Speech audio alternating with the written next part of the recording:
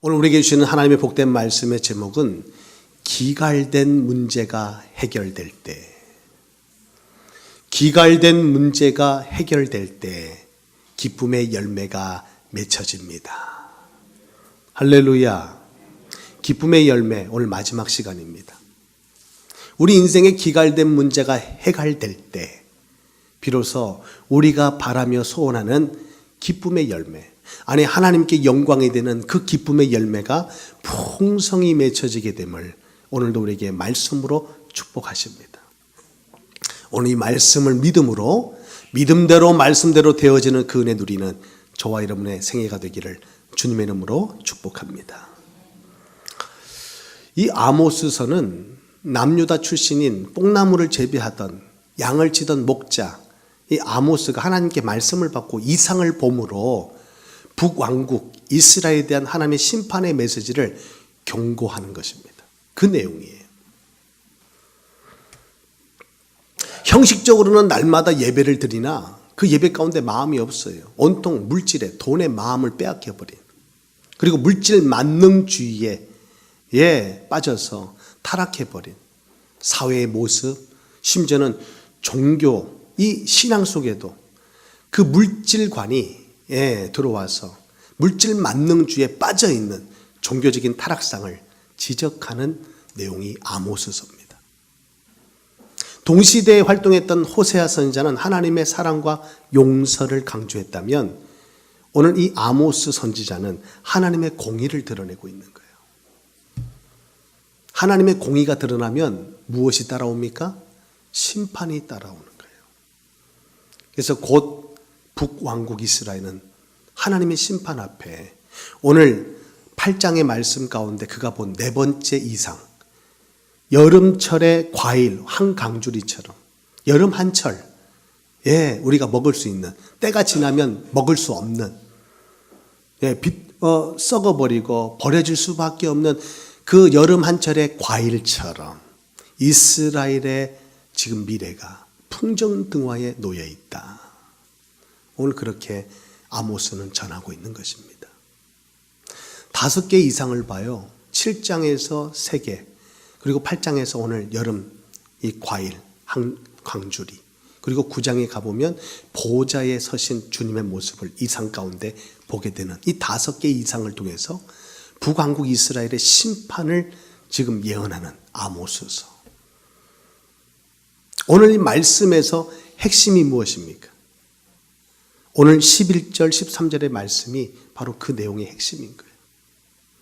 오늘 이 말씀을 보기 전에 그 배경을 좀 이해를 돕기 위해서 2절부터 한번 같이 보겠습니다. 그가 말씀하시되 아모스야 내가 무엇을 보느냐, 내가 이르되 여름 과일 한 광주리이다 하매 여호와께서 내게 이르시되 내 백성 이스라엘의 끝이 이르렀은즉 내가 다시는 그를 용서하지 아니하리니 그 날에 궁전의 노래가 애곡으로 변할 것이며 곳곳에 시체가 많아서 사람이 잠잠히 그 시체들을 내어버리리라.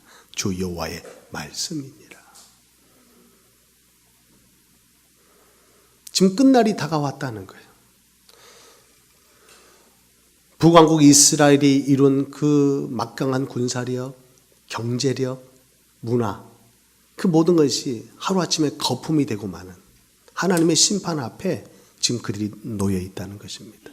그래서 모든 궁전의 노래가 애곡으로 애통함으로 바뀌어지게 될 것이다. 왜 이 말씀을 주셨는지 이어서 계속해서 말씀해 주고 있어요. 4절 가난한 자를 삼키며 땅에 힘 없는 자를 망하게 하는 자들아 이 말을 들으라. 그 당시에 시대상을 지금 보여주는 겁니다. 가진 자들이 없는 자를, 오늘로 말하면 소위 갑질, 없는 자들을 억압하고 핍박하는, 가진 힘으로 짓밟는 그런 행위들을 오늘 하나님은 말씀하고 계시는 거예요. 그러면서 그들의 중심을 깨뚫어 오늘 5절 이 같은 말씀을 주십니다. 너희가 이르기를 월삭이 언제 지나서 우리가 곡식을 팔며 안식일이 언제 지나서 우리가 밀을 내게 할꼬. 그들의 마음과 중심에는 하나님 앞에 있지 않았다는 거예요. 월삭에게나 안식일에 있지 아니하고 자기가 가진 것을 내다 팔아 얻을 수 있는 경제, 말하면 돈, 이 돈에 온통 마음이 가 있는 그들의 그 중심을 오늘 꿰뚫어 오늘 이 같은 말씀을 주시는 겁니다. 형식적으로는 예배가 있었어요. 제사를 날마다 드렸습니다. 그런데 마음은 제사에 있지 않았어요. 그래서 빨리 월삭이 지나기만을, 안식일이 지나기만을 기다린 것입니다. 이런 자들이 얼만큼 마음 다해 중심 다해 하나님을 제사하고 예배했겠어요. 10절 말씀 마저 봅니다. 너희 절기를 애통으로 너희 모든 노래를 애곡으로 변하게 하며 모든 사람에게 굵은 배로 허리를 동이게 하며 모든 머리를 대머리가 되게 하며 독자의 죽음으로 말미암아 애통하듯 하게 하며 결국은 공고한 날과 같게 하리라. 오늘 이같이 말씀하고 계시는 거예요. 그리고 오늘 우리가 본문으로 보았던 11절, 12절, 13절 이하의 말씀이 나오는 것입니다. 오늘 그 시대를 이름하여 오늘 하나님은 아모스 입을 통해서 말씀하시기를 영적 기갈이다. 기갈 시대라는 거예요. 기갈 시대. 큰 기근이 있을 것이다. 기근은 어떤 문제입니까? 먹고 사는 문제가 어려워지는 때입니다. 기근이 들었다. 여러분, 오늘 그 기근이 어떤 기근이라고 말하고 있어요? 11절에 양식이 없어 주림이 아니다. 물이 없어 가람이 아니다. 여호와의 말씀을 듣지 못한 기갈이다. 오늘 언약의 백성 이스라엘이 왜 하나님의 진노를 사고 심판 앞에 놓여 있는가? 그 이유를 말하고 있어요. 오늘 이 말씀을 보니까 여러분 이 시대가 보이지 않아요? 우리가 지금 살아가고 있는 우리의 모습과 아모스 시대의 사람들의 모습이 크게 다르지 않음을 느끼지 않나요?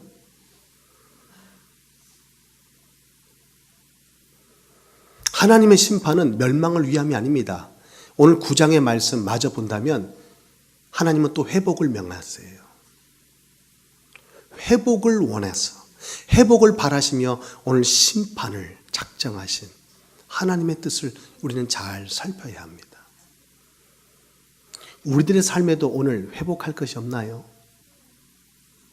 여러분의 삶에는 오늘 이 같은 기갈된 문제가 없나요? 오늘 이 말씀을 통해서 기쁨의 열매를 바라는 우리에게 들려주는 주님의 음성을 우리는 들을 수 있어야 합니다. 기갈된 문제가 해결될 때, 회복될 때 기쁨의 열매를 거둘 것이다. 아멘입니다. 우리가 살고 있는 이 시대가 바로 아모스 시대의 영적 기갈 시대입니다. 양식이 없음이 아니에요. 마실 물이 없어서가 아닙니다. 하나님의 말씀, 여호와의 말씀을 듣지 못한 기갈인 것입니다. 그래서 오늘도 이 세상은 하나님의 심판 앞에 놓여 있는 거예요. 과학이 아무리 발달해도 지식 수준이 아무리 높아져도 오늘 우리는 이 세상은 이 문제를 해결할 수 없어요. 오늘 이 기갈된 문제는 어떻게 해결할 수 있습니까? 그 말씀을 들음으로 해결할 수 있는 거예요. 왜? 여호와의 말씀을 듣지 못한 기갈이니까. 그 말씀을 들음에 하나님의 뜻이 어디 있는지 우리가 알게 될 때 우리는 자복하고 회개할 것이며 다시금 하나님이 그토록 바라시는 회복의 역사로 나아가게 될 것입니다. 회복돼야 되는 거예요. 이대로는 안 되는 것입니다. 시간마다 예배는 드리고 있으나 우리의 마음과 중심이 온통 아모스 시대의 사람들처럼 물질에만, 돈에만 그 마음이 있다면 하나님 우리의 예배를 어떻게 받으십니까? 마음 없는 예배, 중심 없는 예배, 오늘 하나님은 상관하지 않는다는 거예요.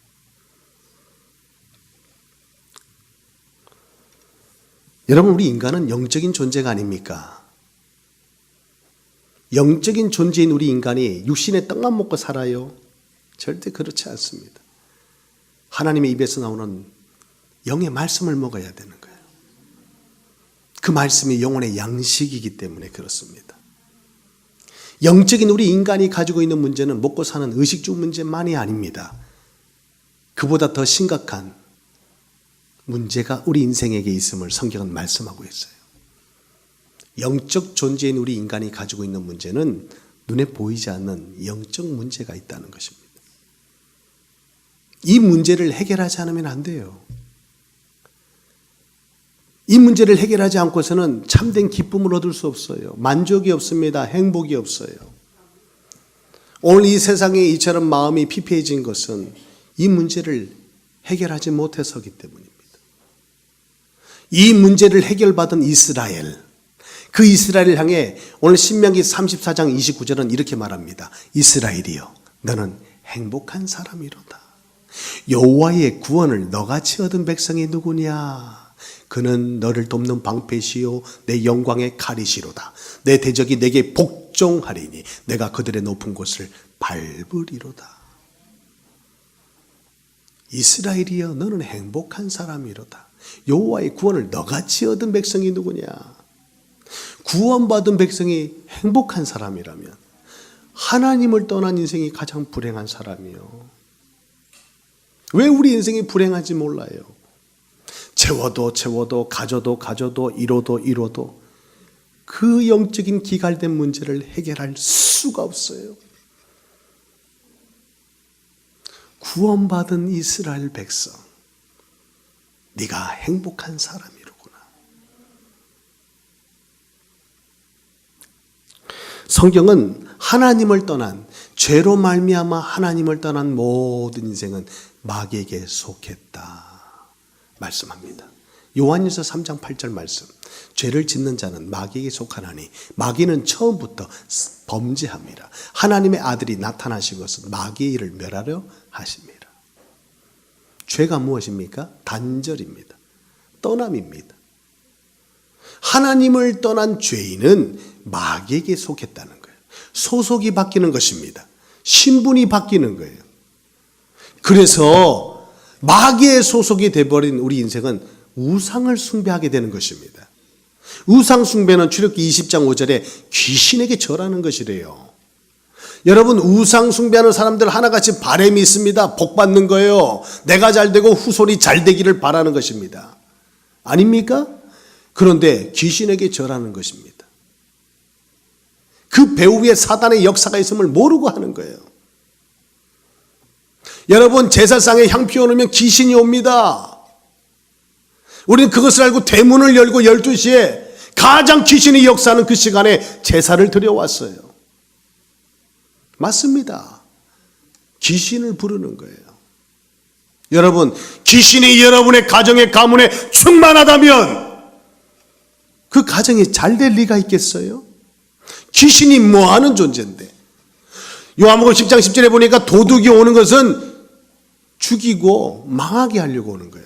인자가 오는 것은 생명을 얻게 하고 풍성히 얻게 하려고 오신다는 겁니다. 여러분, 귀신을 부르는 인생이 돼서는 안 되는 거예요. 우상 숭배만큼 하나님을 진노케 하는 일이 없어요.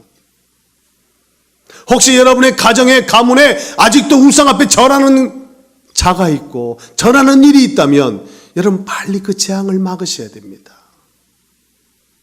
여러분, 귀신을 절하면, 귀신을 섬기면 반드시 따라오는 문제가 있어요. 정신적인 문제가 있습니다. 보이지 않아요. 여러분, 잠자다가 가위에 눌려본 적 있습니까? 잠을 이룰 수 없어요. 두려움이 엄습하는 것입니다. 숨을 조여오는 거예요. 여러분, 불면증에 시달리십니까? 이건 살 맛이 없는 거예요. 여러분, 사랑하는 자에게 하나님은 평안한 잠을 주십니다. 여러분, 이겨내셔야 돼요. 여러분, 정신이 옳지 않게, 정신이 삐뚤어지고 잘못되면 여러분의 인생이 어떻게 되겠어요? 일상생활이 안 될 것입니다. 정신의 문제가 와버리면. 안 보이는데 이 안 보이는 문제가 우리 인생 송두리째, 뿌리째 흔들어 버리는 거예요. 사단은 오늘도 우리의 생각의 틈을 파고들고 우리의 정신세계에 들어와서 우리 인생 전체를 흔들어 대는 것입니다. 하나님을 떠나 있는 모든 인생은 마귀에게 속하나니 죄를 짓는 자마다, 하나님을 떠난 자마다 마귀에게 속하나니 우상을 숭배할 수밖에 없는 거예요. 그건 당연한 것입니다. 소속이 그러하기 때문에. 여러분, 정신적인 문제로 고통 중에 신음하는 영혼들이 우리 주변에 얼마나 많은지 모릅니다. 여러분, 그 문제는 때가 되면 드러나는 문제, 육신적인 문제가 될 수밖에 없어요. 여러분, 정신의 문제를 가지고 있는 사람은 일상생활이 어려울 것입니다. 회사 생활이 어려울 것입니다. 다른 사람과의 대인관계가 어려울 것입니다. 계속해서 고립되는 것입니다. 누가 그렇게 만드는 게 아니에요. 스스로가 그렇게 만드는 거예요. 아니, 그 영혼을 사로잡고 있는 그 악한 영이 그렇게 우리 인생을 갉아매는 것입니다. 그러다가 우리 인생은 죽음을 맞이하는 거예요. 히브리서 9장 27절은 말합니다. 사람은 죽어서 태어나서 죽는 것이 정한 것이다. 태어난 사람은 다 죽게 돼 있어요. 그런데 그 뒤에 뭐가 기다리고 있어요? 하나님의 심판. 이 심판은 무엇을 결정합니까? 영원한 내세를 결정하는 거예요. 영원한 형벌이냐, 영원한 생명이냐. 오늘 우리는 이 사실을 믿기에 예수 그리스도를 고백하고 그를 우리 인생의 주인으로 모셔드리는 겁니다. 여러분, 이 저주와 재앙이 내게서 끝난다면 그래도 다행인데 후대에게 대물림이 됩니다. 출애굽기 20장에 분명히 말하고 있어요. 우상에게 절하는 자 3, 4대까지. 3, 4대까지 그 죄값이 이른다는 거예요. 여러분, 이 인생의 문제를 어떻게 해결합니까? 운명이 무엇입니까? 사단에게 붙잡힌 문제예요. 운명 사주팔자 못 풀어요. 우리의 힘으로. 어떤 열심으로도, 어떤 지식으로도, 그 어떤 강력한 군사력으로도 이 영적 문제는 못 풀어요. 오늘 성경은 말합니다. 이 문제에 사로잡혀 살아가는 인생에 어찌 만족함이 있겠고 참된 행복이 있겠냐? 없다는 것입니다. 왜 그토록 수많은 사람들이 불행하게 오늘도 그 많은 것을 가지고 먹을 것이 넘쳐나고 이런 풍족한 인생을 살아가면서도 왜 우리의 영혼 세계, 우리의 정신 세계는 점점점 피폐해져 그렇게 보릿고개 먹을 것이 없을 때는 허리띠 졸라매고 열심히 살던 우리나라가 먹을 만하고 배부르니까 왜 우울증으로 지금 자살을 합니까? 여러분, 이것은 정신 문제예요. 더 나아가 영적 문제인 것입니다. 이 문제를 해결하지 않으면 안 돼요. 오늘 영적 기갈의 문제를 해결하지 않으니까 하나님의 심판이 오늘 북왕국 이스라엘 앞에 놓여 있듯이 우리가 이 영적 해갈, 이 영적인 기갈된 문제를 해결하지 않으면 여러분, 이 세상은 재앙의 쓰나미를 만나는 겁니다. 더 심각한 것은 영적으로 무감각입니다. 감각이 없어요. 왜? 하나님을 떠난 순간 우리의 영은 사망의 상태에 놓여 있기 때문에 그렇습니다. 에베소 2장 1절은 말합니다. 허물과 죄로 죽었던 너희를, 죽어버렸던 너희를 하나님을 떠난 순간, 생명의 근원에서 떠나는 순간 우리는 사망의 상태에 놓이는 거예요. 영적 코마 상태. 살아있지만 산 것이 아니에요. 아무것도 우리 힘으로 할 수 없는 지경에 놓이게 된 것입니다.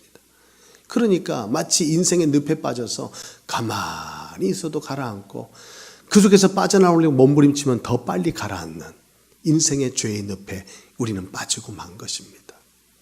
여기서 우리는 빠져나갈 수 없어요. 성경은 그것을 우리에게 말씀해 주고 있어요.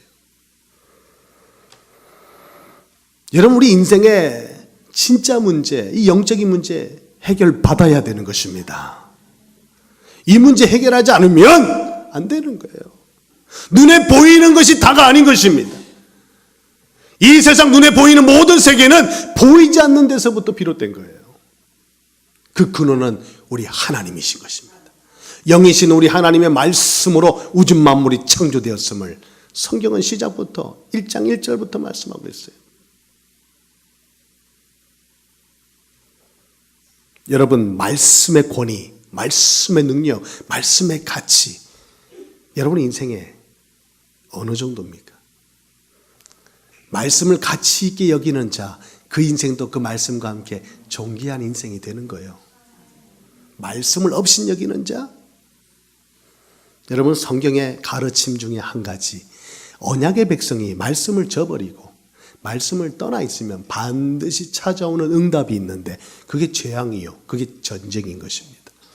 그리고 그들은 항상 나라를 잃고 가족을 잃고 그 조국을 잃어 포로로 노예로 끌려가고 말았어요. 그 고난의 역사를 성경은 오늘도 우리에게 말씀으로 증거하고 있습니다. 여러분, 오늘 이 복음은, 이 말씀은 이 땅의 빛이요. 그리고 그 말씀을 가진 말씀 공동체 교회는 등대가 되는 것입니다. 등대가 빛을 잃어버리면 세상은 길을 찾지 못해요. 교회가 빛을 발해야 되는 것입니다.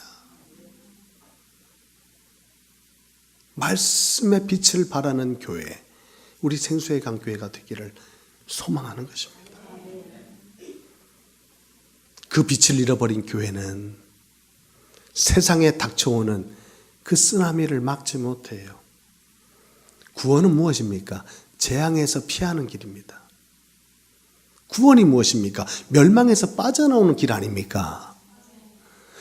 세상에 들이닥치는 하나님의 심판에 그 재앙의 쓰나미를 누가 막겠냐 이거예요.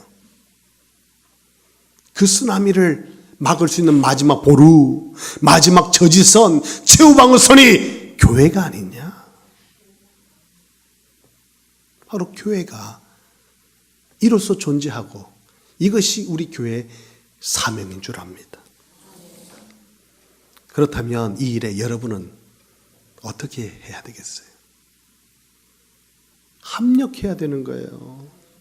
어느 한 사람을 붙박이로 박아놓고 우리는 우리 마음대로 싸돌아다니면서 내가 원하는 것을, 내가 좋아하는 것만 하면서 살 수 없어요. 그 사람은 지쳐가는데. 방주를 짓는데 노아의 일가족만 방주를 지었으니 얼마나 고생이 됐을까요? 우리 생수의 강교회 그 시대에 우리가 있었으면 우리가 도왔을 텐데. 안 도와요? 그럼 여러분이 못 들어가요. 방주는 짓는 자가 들어갑니다. 누가 지을까요? 말씀을 믿는 자. 비가 오지도 않는 시대에 홍수가 몇 마리입니까? 홍수가 몇 마리예요? 그런데 보지도 못한, 경험도 못한 것을 마치 본 것처럼 노아는 말씀대로 준행했더라. 그 말씀의 준행의 끝자락에 방주가 세워진 거예요. 오늘 이 시대에도 여러분 동일한 말씀 아닙니까? 예수 그리스도 안에 우리의 구원의 길이 있다. 성경은 말씀하잖아요. 세상은 심판 앞에 놓여 있고 유일한 구원의 길, 우리 인생의 영적 문제를 해결하는 길, 그 길이 바로 예수 그리스도뿐임을 성경은 말씀하고 있는데 우리는 진리의 말씀을 붙들고 오늘도 이 시대에 방주를 짓는 자가 아닙니까? 이것을 믿는 자만이 방주를 짓고 말씀을 짓고 그 말씀에 우리 인생을 지을 때에 풍파가 불어닥칠 때, 홍수가 밀어닥칠 때 우리는 그 반석 위에 든든히 서는 인생이 되는 줄 믿습니다. 믿음인 것입니다. 여러분 협력해 주시기 바랍니다. 작년에도 아무 직분 없이 여러분 은혜만 받았다면 이제는 올해 꼭 한 가지씩 직분을 맡으셔야 돼요. 아멘 소리가 이래서는 안 됩니다. 1인 1사역에 우리 모두가 함께 동참합시다. 백직장도 맞들면 낫다잖아요. 여러분 하나님의 일을 감당함에 있어서 누가 예외가 있을 수 있겠어요? 부름받음에 감사하고 내가 구원받음에 감사하다면 마땅히 하나님 앞에 드려야 될 기쁨이 있죠. 1인 1사역 한 분도 빠짐이 없을 겁니다. 여러분 세상도 인사가 만사랍니다. 그런데 교회 일, 하나님의 일을 할 때는 아무나 그 자리를 맡기지 못해요. 여러분 우리 생수의 강교회가 감사한 것은 나 같은 자가 할 일이 있다는 거예요. 아멘. 저기 다른 교회 한번 가볼래요? 여러분이 뭘 시키는지. 여러분 뭘 시킬 것 같아요? 그냥 앉아 계세요. 예. 은혜 받고 가시면 돼요. 여러분 우리 교회는요. 여러분 없으면 안 돼요. 안 돌아가요. 셀이 안 돌아갑니다. 붕어빵, 누가 그 붕어빵 틀을 꺼낼 것이며 누가 붕어빵을 구울 것이며 제가 다 할까요? 여러분 없으면 안 돼요. 중보기도 저 혼자 부르짖을까요? 여러분이 안 나오시면 안 돼요. 우리 교회는 여러분 없으면 안 됩니다. 할렐루야. 아이, 주님이 아시지요. 누구를 통해서? 여러분을 통해서. 할렐루야. 1인 1사에게 마음을 품으세요. 아유, 난 그래도 나는 아무 은사가 없어. 난 아무것도 못해. 그냥 예배 일주일에 한 번 참석하는 게 다야. 그게 최선이야. 그런 생각은 다 사라질지어다. 그 사단이 주는 생각이에요. 그 성령이 주는 생각 절대 아닙니다. 여러분의 믿음은 헌신과 함께 자라는 거예요. 성숙하고 성장하는 겁니다. 믿음이 그 자리다? 그 자리가 아니에요. 도태하고 있는 거지. 이때를 위한 믿음이라. 오늘 내가 믿음이 견고하게 뿌리를 내리지 못하고 이 헌신과 수고와 봉사와 희생 속에 내 믿음이 견고해지지 않는다면 바람이 불어보세요. 쭉정이 날아가듯이 날아가 버립니다. 오늘 그 믿음을 가지셔야 돼요. 그리고 결정적인 위기 앞에서 이때를 위한 믿음이었구나. 주여! 오늘 내 믿음을 받으시옵소서. 믿음으로 나아가야죠. 그러면 오늘 이 평안할 때에 믿음을 다져야 될 줄 믿습니다. 그것이 여러분에게 드리는 기회가 아닙니까? 헌신의 기회. 여러분 기쁨으로 2019년은 더 힘있게 똘똘 뭉쳐서 하나님의 역사를 이루고 마는 우리 생수회관교회 모든 믿음의 지체들이 되기를 축복합니다. 영적 기관의 문제를 해결할 길은 오직 하나, 예수 그리스도의 진리의 말씀뿐입니다. 교회는 이것이 분명해야 돼요. 사실은 건물이 없어도 물질이 없어도 사람이 많지 않아도 괜찮아요. 그러나 이거는 확실해야 돼요. 이거는 넘쳐야 돼요. 충만해야 돼요. 그게 뭘까요? 그게 바로 말씀이 아닙니까? 여러분 교회가 무엇이냐고 내게 묻는다면 교회는 말씀의 공동체가 되는 것입니다. 말씀입니다. 말씀. 말씀이 흥황하여 말씀이 살아 역사하는 곳이 교회가 돼야 되는 것입니다. 그 말씀이 무엇입니까? 우리 인생의 길이 되고 빛이 되고 생명이 되는 줄 믿는 것입니다. 아멘입니다. 에스겔서 40장의 말씀에 보니까 생명수가 흐르는 성전에 대한 말씀이 나와요. 성전에서 스며 나온 물줄기가 흘러 가는데 가면 갈수록 측량해 보니까 점점점 불어나는 거예요. 무릎에 차오르는 물이 발목에 무릎에 허리에 차올라 그 물이 이제는 창이란 강물이 되었어. 헤엄을 칠 수밖에 없는 은혜의 강물이 되는 역사. 성전에서 스며 나오는 생명수의 역사가 아닙니까? 그 생명수가 흐르는 곳에는 살아나는 생명의 역사, 치유와 회복의 역사, 열매를 맺는 역사가 일어났더라. 에스겔서 47장 12절 말씀을 봅니다. 같이 읽겠습니다. 강 좌우가에는 각종 먹을 과실나무가 자라서 그 잎이 시들지 아니하며 열매가 끊이지 아니하고 달마다 새 열매를 맺으리니 그 물이 송수를 통하여 나옴이라. 그 열매는 먹을 만하고 그 잎사귀는 약재료가 되리라. 저는 여기서 가슴 뜨겁게 다가온 말씀이 있어요. 달마다 새 열매를. 언제요? 달마다. 1월 달에도 2월 달에도 3월 달에도 4월 달에도 달마다 새 열매를 주신다는 거예요. 믿는 자에게 주시는 응답일 줄 믿습니다. 2019년 우리 생수의 강에 달마다의 열매가 있으리라. 날마다 기쁨이 충만하리라. 아멘 할렐루야. 뿐만 아닙니다. 말씀은 씨앗이요 생명의 씨앗이라. 그것을 심으면요 어떻게 되느냐, 좋은 땅에 심었더니 어떻게 됩니까? 100배 60배 30배 결실을 하였느니라. 오늘 이 말씀이 우리의 마음밭, 그것도 좋은 밭, 딱딱한 길갓밭, 아무리 말씀을 들어도 길을 닫아놓는 길가밭, 마음을 걸어 잠가놓는 길가밭 안 됩니다. 열매 맺을 수 없어요. 돌짝밭, 상처가 많아. 뿌리를 내리다가 말라버려. 더 깊이 뿌리를 못 내리는 우리의 심령이면 안 돼요. 가시밭, 뭔가 자랍니다. 근데 기운에 가려 있어요. 가려 있어요. 햇볕을 못 받아요. 그늘이 져요. 더 이상 자랄 수 없고 열매를 맺을 수 없더라. 그러나 좋은 땅에는 그 말씀의 씨앗이 떨어지기만 하면 30배, 60배, 100배, 1000배. 할렐루야. 말씀에는 한이 없었잖아요. 하나님의 능력에는 한이 없잖아요. 말씀대로 되어진다면 여러분 인생은 1000배의 응답이 있을 거예요. 말씀의 생명수가 흐르는 곳에 말씀의 씨앗이 심겨지는 곳마다 살아나는 역사, 회복되고 치유되는 역사, 열매 맺는 역사가 있으리라. 아멘, 아멘.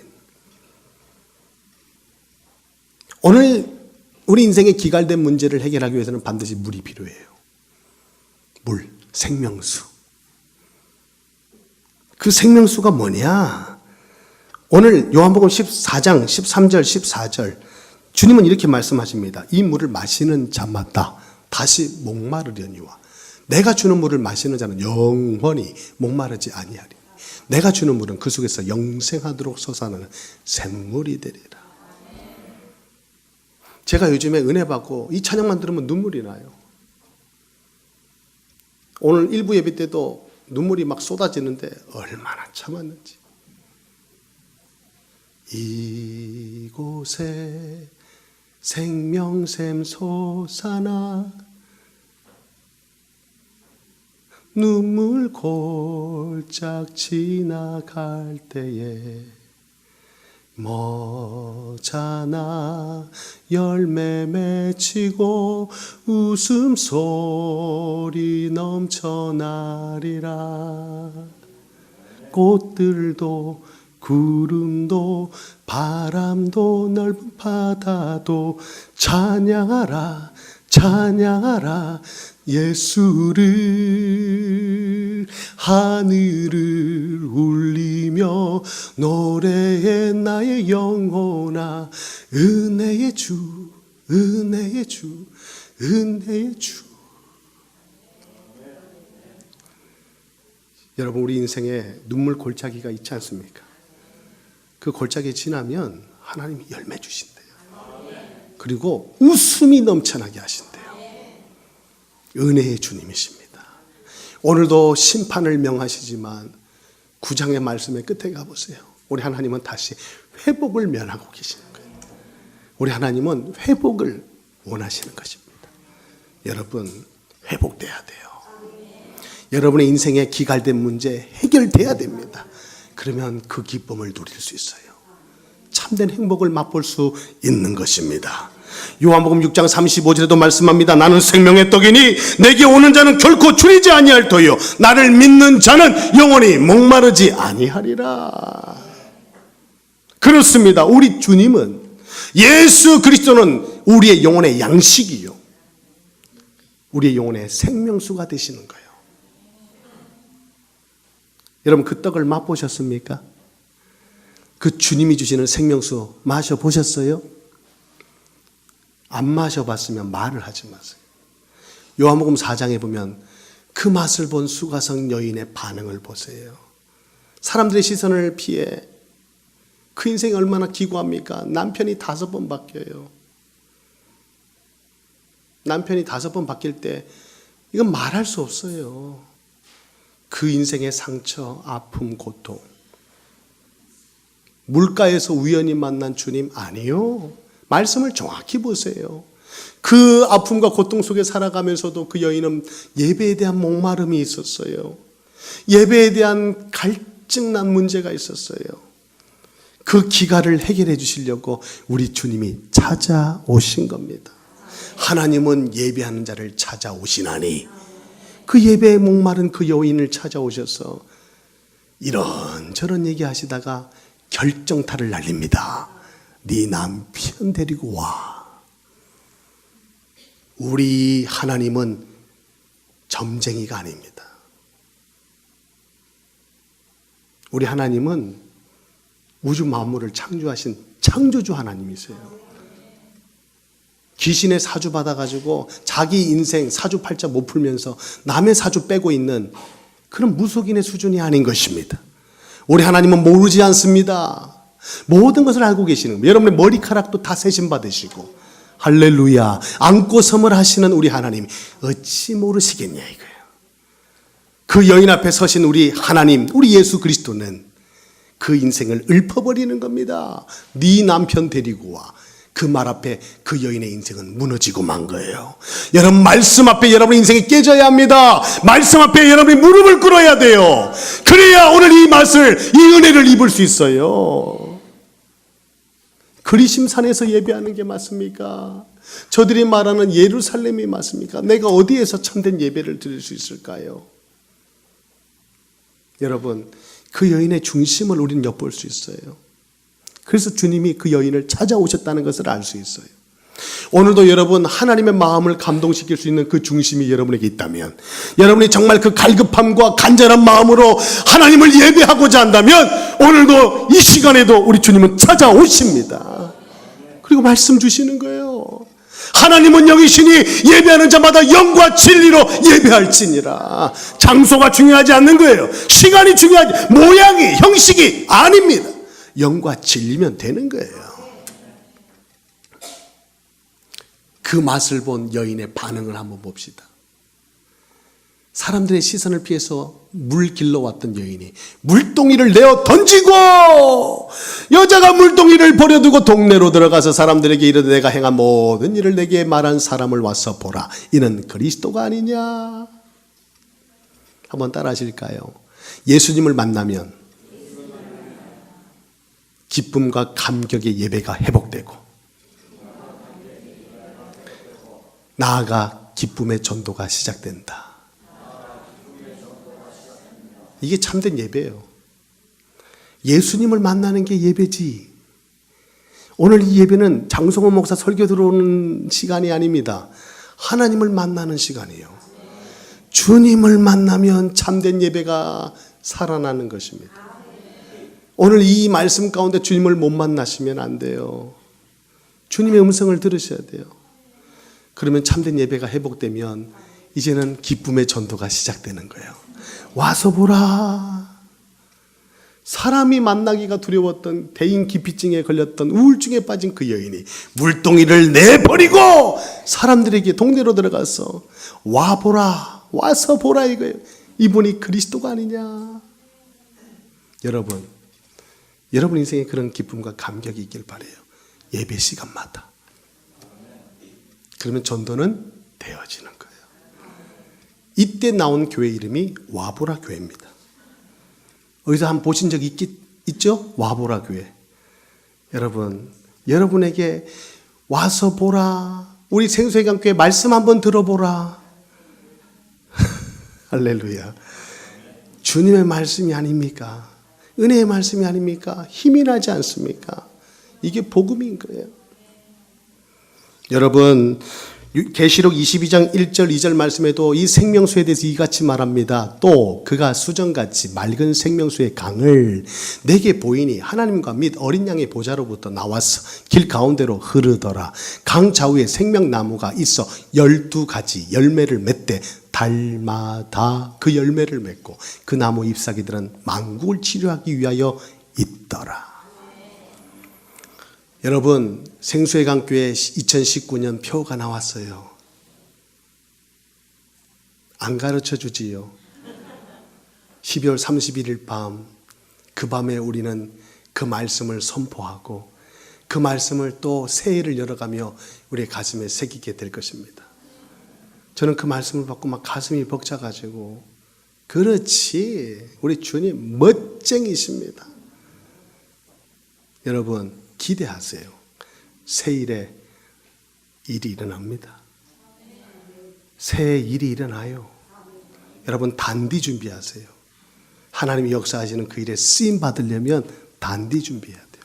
그래서 월상 예배가 있고 연합 예배가 있는 거예요. 준비하라고. 아멘입니다. 여러분, 말씀이 생명수가 맞아요? 말씀이 생명의 씨앗이 맞습니까? 그러면 오늘 이 말씀도 기억하세요. 히브리서 4장 12절에 보니까 말씀은 살아있대요. 활력이 있어요. 좌우의 날선 어떤 검보다도 예리합니다. 혼과 영과 관절과 골수를 찔러 쪼갭니다. 마음과 생각과 뜻을 판단하십니다. 여러분, 착각하지 마세요. 말씀을 내가 보는 것, 내가 읽는 것 아닙니다. 말씀이 나를 읽어요. 말씀이 나를 읽는다니까. 오늘 말씀을 듣다 보면 그 말씀 속에 내가 보이지 않아요? 그게 말씀이 나를 읽고 있다는 증거예요. 아멘입니다. 아멘입니다. 아멘입니다. 말씀 앞에 서 보세요. 여러분이 보입니다. 오늘 이 말씀에 이 세상이, 이 시대가 보이지 않습니까? 말씀이 오늘 우리를 읽고 있는 거예요.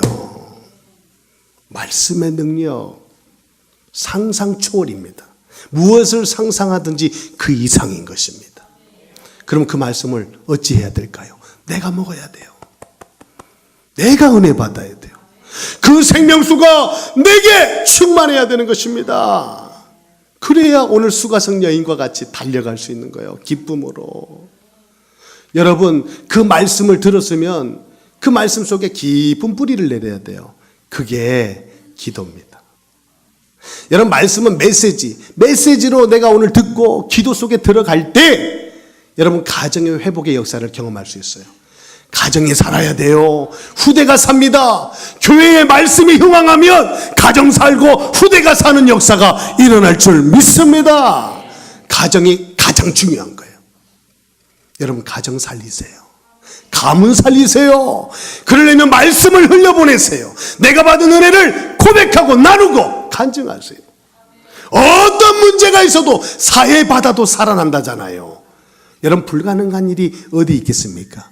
말씀을 믿으면 그 말씀의 능력을 체험하게 됩니다. 그리고 나아가 한 주간 동안 누구를 만나든지 어떤 관계 속에 있든지 그 말씀을 흘려보내 보세요. 말씀의 능력을 체험하게 될 것입니다. 한번 따라합시다. 말씀의 씨앗을 심는 곳마다, 말씀의 생명수가 흐르는 곳마다 치유와 회복의 역사가 일어납니다. 바로 그 일에 당신이 복음, 생명 전달자가 됩니다. 믿습니까? 그 응답을 누리는 한 주간이 되기를 주님의 이름으로 축복합니다.